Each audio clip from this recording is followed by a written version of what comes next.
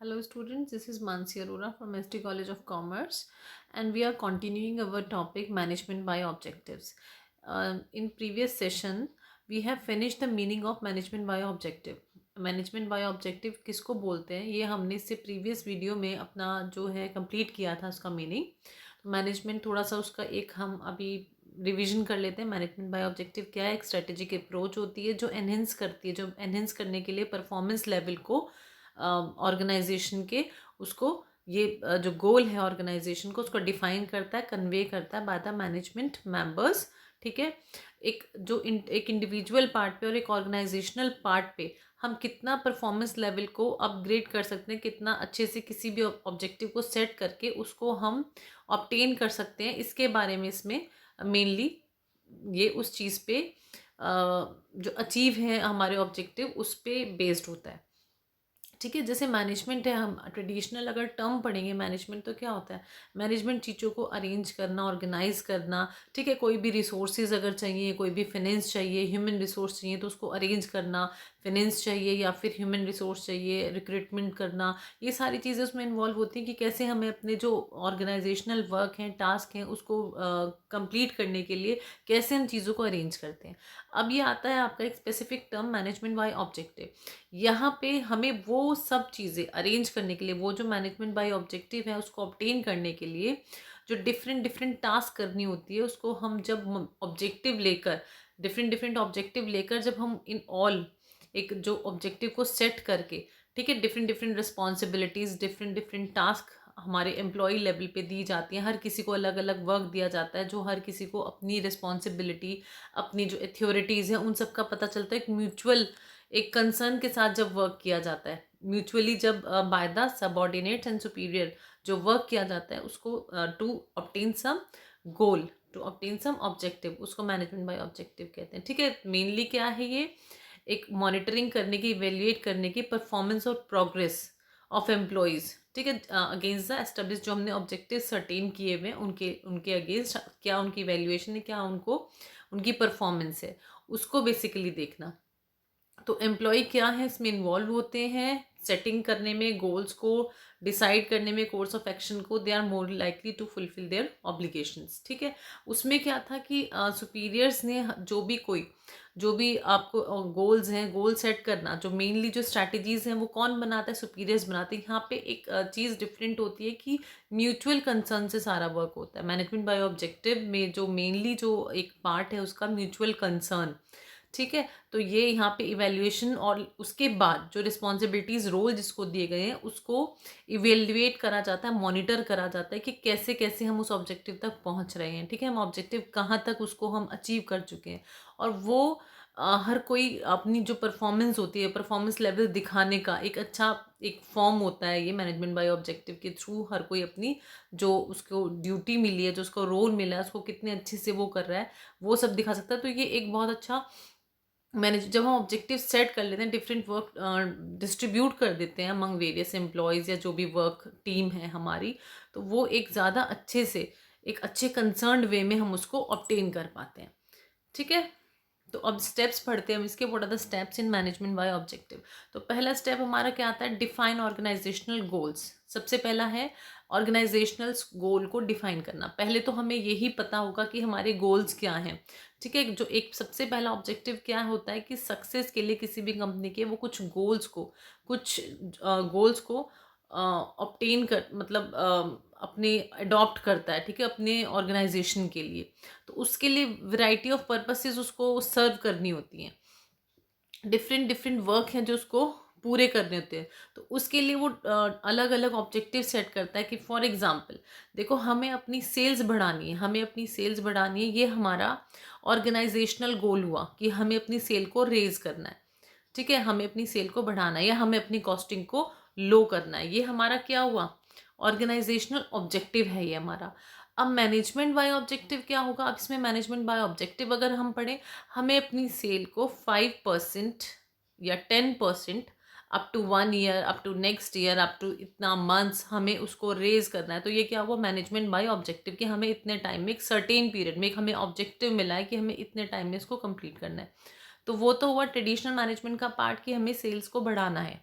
ठीक है, कि कितने भी चाहे कितने भी टाइम में। अब हम ऑब्जेक्टिव पे आते हैं तो हमें एक सर्टेन हमारे पास एक फिगर होगी, एक अमाउंट होगा कि हमें इतने टाइम में हमें अपनी कॉस्टिंग को 5% तक कम करना है। तो ये हमारा क्या हुआ, मैनेजमेंट बाय ऑब्जेक्टिव। उसके लिए क्या क्या टास्क करने, क्या क्या वर्क करना है, क्या कौन कौन इन्वॉल्व हैं, ठीक है, किस किस की क्या ड्यूटीज़ हैं, वो सारी चीज़ें दी जाती हैं। उनका इवैल्यूएशन होता है, मॉनिटर होता रहता है, इवैल्यूएशन होता होता है, फीडबैक होता है, कहाँ लैक है, कहाँ क्या है, सारी चीज़ें देखी जाती हैं। ठीक है, ये सारी चीज़ें मॉनिटर की जाती है। It needs to include several different types of managers in setting goals. The objective sets by the superiors are provisional based on the interpretation and evaluation of what the company can should achieve with a specified time. Same वही specified time में हम interpretation के through एक evaluation करके क्या हमें चीज़ें चाहिए, क्या चाहिए सुपरवाइजर्स को, मतलब क्या किस बेस पे क्या इंटरप्रिटेशंस हैं, क्या इवैल्यूएशंस हैं जो कंपनी को अचीव करता है विद अ स्पेसिफाइड कितने टाइम के अंदर, with in time limits. Now next is define employees objectives.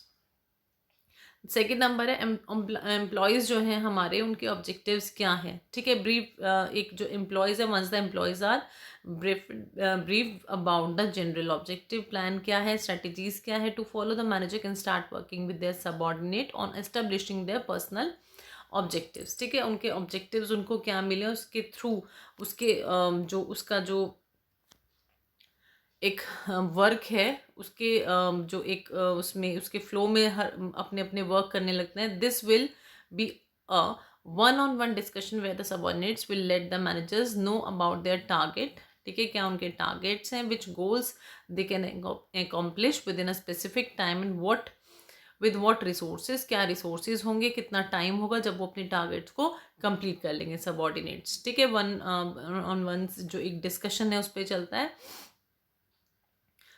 they can then share some tentative thoughts about which goal the organization or department can find feasible।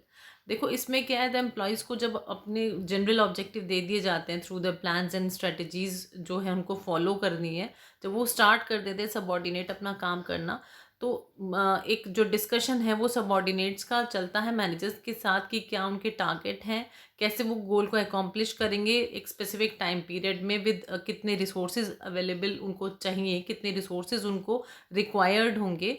तो ये tentative thoughts जो हैं goals को accomplish करने के, ये सब क्या उनके लिए प्रैक्टिकल रहेगा, मोर फीजिबल क्या रहेगा, उस पर एक डिस्कशन चलता है जो बताता है कि एम्प्लॉयज़ के ऑब्जेक्टिव्स क्या हैं।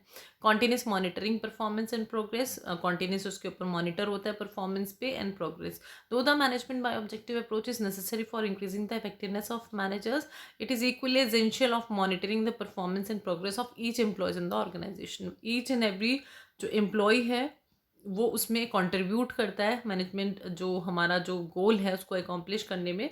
तो हर किसी की जो परफॉर्मेंस है वो मॉनिटर की जाती है और प्रोग्रेस जो रिपोर्ट है उसको प्रेजेंट किया जाता है, उसको हर उसकी प्रोग्रेस रिपोर्ट को मॉनिटर किया जाता है, वो इक्वली इसेंशियल है। ठीक है, नेक्स्ट आता है हमारा परफॉर्मेंस इवैल्यूएशन। परफॉर्मेंस इवैल्यूएशन होता है, ठीक है, with in the MBO framework performance review is achieved by the participation of the manager concern. ठीक है, कहाँ से होता है, is achieved by the participation of managers concern. Next आता है हमारा प्रोवाइडिंग फीडबैक। नेक्स्ट है providing feedback. If the management by objective approach, in the management by objective approach the most essential step is the continuous feedback. सबसे important जो एक point है, सबसे important जो एक इसमें जो हमारा स्टेप है वो है feedback, continuous feedback on the results. हमारे रिजल्ट्स क्या हैं, उन पे रिजल्ट्स पे कॉन्टीन्यूस फीडबैक रखना एंड ऑब्जेक्टिव जो हमारे ऑब्जेक्टिव और रिजल्ट्स हैं उनके ऊपर। Is it as it enables the employees to track and make corrections to their action। उसमें जो भी किसी भी तरह की कोई गलतियाँ होती हैं उसको ट्रैक करते रहना, उसमें करेक्शंस करना, जो भी हमारे एक्शंस हैं जहाँ पे रॉन्ग गोइंग कुछ भी चीज़ें हैं ऐसी हैं जो गलत हो रही हैं। The on going feedback is complemented by frequent formal evaluation, formal evaluation meetings in which superior and subordinate may discuss progress toward objective। ठीक है, जहाँ पर एक मीटिंग्स होती रहे जहाँ पे सुपीरियर्स और सबॉर्डिनेट्स डिस्कस कर सकें प्रोग्रेस जो उनकी है towards objective, leading to more feedback. Last आता है हमारा परफॉर्मेंस अप्राइजल। परफॉर्मेंस अप्राइजल ये हमारा लास्ट पॉइंट है परफॉर्मेंस रिव्यू क्या है, is a routine review of the success of employees within MBO organisation. Performance जो रिव्यूज़ हैं बाद में, वो हमारा एक रूटीन रिव्यू है। जो परफॉर्मेंस अप्राइजल होता है, रूटीन रिव्यू होता है सक्सेस का एम्प्लॉयज़ के within the MBO organisation. तो ये हमारा पूरा का पूरा जो आप चार्ट बनाएंगे मैनेजमेंट बाय ऑब्जेक्टिव प्रोसेस का, स्टेप्स का, यहाँ पे आप इसको ऐसे करके शो कर देंगे, ठीक है। Defining organisational goal, define employees objectives, continuous monitoring performance and progress, ठीक है, providing feedback, performance evaluation, then performance appraisal. So students, this is all for today. Thank you.